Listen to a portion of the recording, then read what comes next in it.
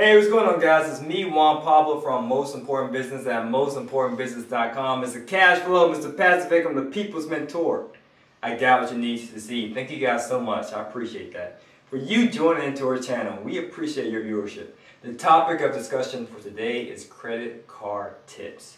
Now, I understand that credit could be somewhat of a confusing topic for people. People obtain credit cards like I did, and I used them for the wrong reasons, okay?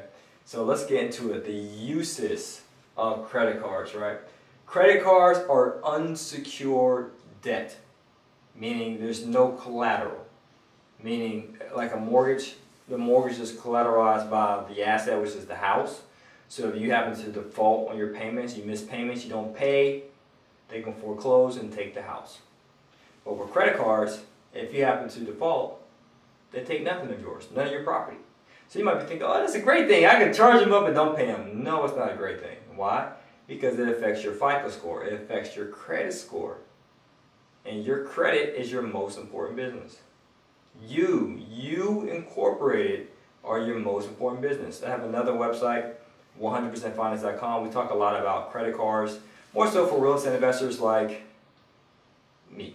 I'm a full-time real estate investor, online entrepreneur, 63 units, rental units, and a 9-unit under contract. So if you're interested, check it out. But I use business credit cards, right?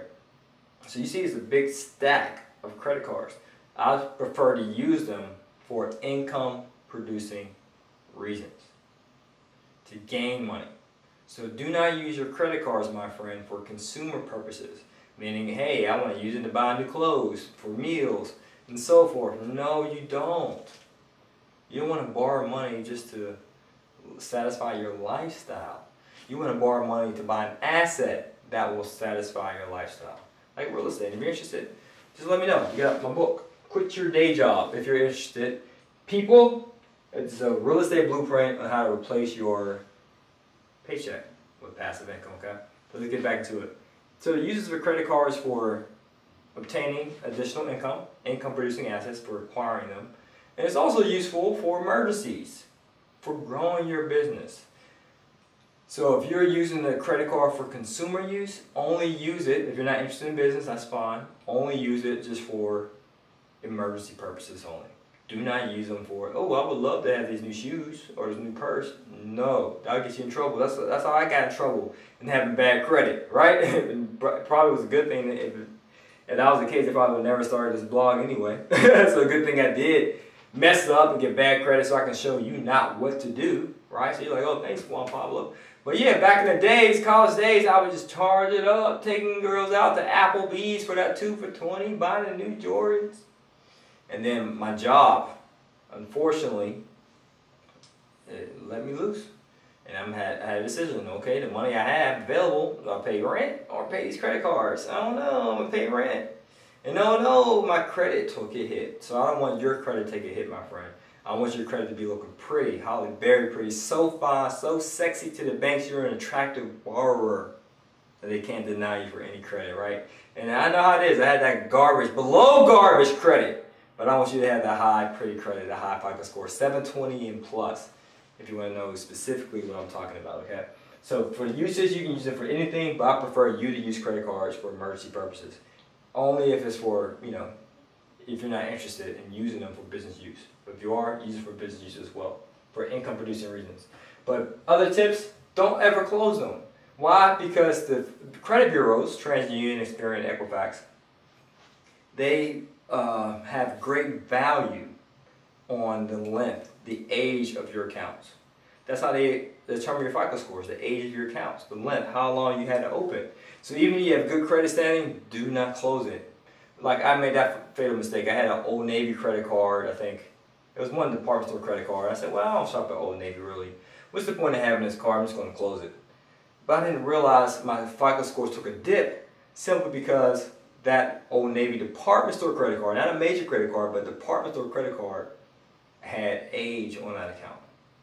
So keep your accounts open, guys. Even if you're delinquent and you have some late pays, you're still trying to catch up, keep it open and catch up on those payments. And if you need credit repair, we got you. We offer credit repair. Just check the link below to learn more. Okay? Another thing is keep your debt to credit ratio below 30%. And by the way, if you're interested, we got this as well for free consultation. Just hit the link below. All right, 30% debt to credit utilization.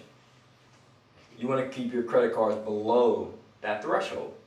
It is extremely important. Why is that? Because that determines your FICO score. When you have too much debt charged onto your credit cards, lenders perceive you as thirsty, meaning you're desperate for financing.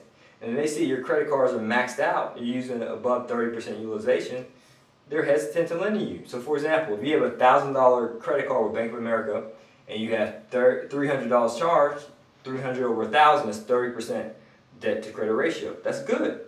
Anything below that is even better. But if you have 70%, ooh, that's kind of bad. You want to pay it down. But one way around that is my next step. Do credit line increases. When you increase your credit line, it improves your ratio.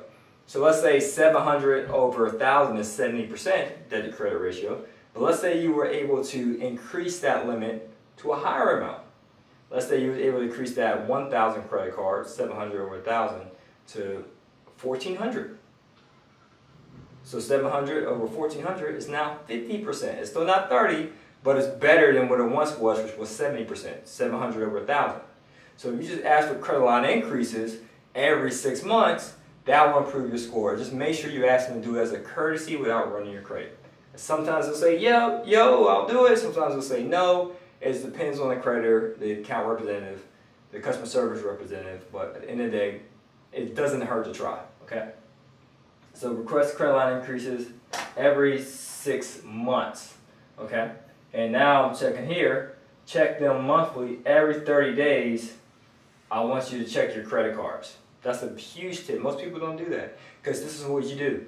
You put them on auto pay. I've done that. And then I realized, oh man, I didn't even factor in the annual fee. Oh, I didn't factor in, I forgot. I bought this piece of bubble gum with this card I barely used and I had a minimum payment of 50 cents. And I forgot to send it out. So you want to check them monthly just for the balances.